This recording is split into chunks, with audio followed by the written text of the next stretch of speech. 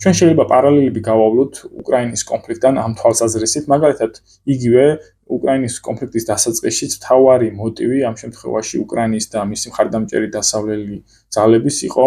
არა მაგალითად რუსეთის ფრონტზე, სამხედრო ფრონტზე დამარცხება, არამედ შიდა დესტაბილიზაციის გამოწვევა, შიდა უკმაყოფილების გამოწვევა და ასე ვთქვათ რუსეთის ხელისუფლების ჩამოშლა შიგნიდან, იგივე მოვლენები როგორც ახსენე, იგივე მოტივები არსებობდა ირანის შემთხვევაში. მაგრამ ასევე ნიშანდობლივია ის დივერსიული ოპერაციები, რომლებიც განხორციელდა ირანში მოსადის მიერ, ეს როგორც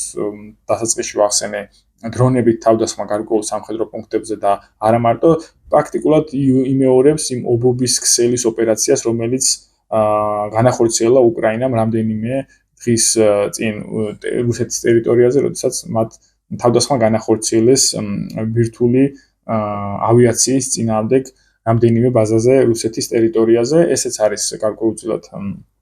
პარალელის გასავლები მოვლენები, მაგრამ როგორც უკრაინა-რუსეთის კონფლიქტი გადაიქცა შემდგომში გამოფიტვის ომად, სადაც ყველაზე მნიშვნელოვანი არის რესურსული მომარაგება და ლოჯისტიკა, დაახლოებით მსგავს პროცესს ვადევნებთ უკვე თვალს ირან-ისრაელის დაპირისპირებაში, თუ მაგალითად მალე არ მიიღწა გარკვეულწილად დიპლომატიური შეთანხმება და არ აღდგა ბალანსი რეგიონში და არ დაუბრუნდა გარკვეულწილად ცივი მშვიდობის სტატუს-კვოს რეგიონი და გაგრძელდა ეს კონფლიქტი, ჩვენ ვიხილავთ აი ამ გამოფიტვის ომს, აი ამ ორ სუბიექტს შორის, როდესაც ორივე ქვეყანა შეიძლება რესურსების მობილიზებას, სამხედრო ტექნიკის, სამხედრო მეთოდების თვალსაზრისით და შეიძლება ეს იგივე ეს დივერსიული ქმედებების გახშირებაც ნახოთ მომავალში, რითაც ხასიათდება ასევე რუსეთ-უკრაინის კონფლიქტი.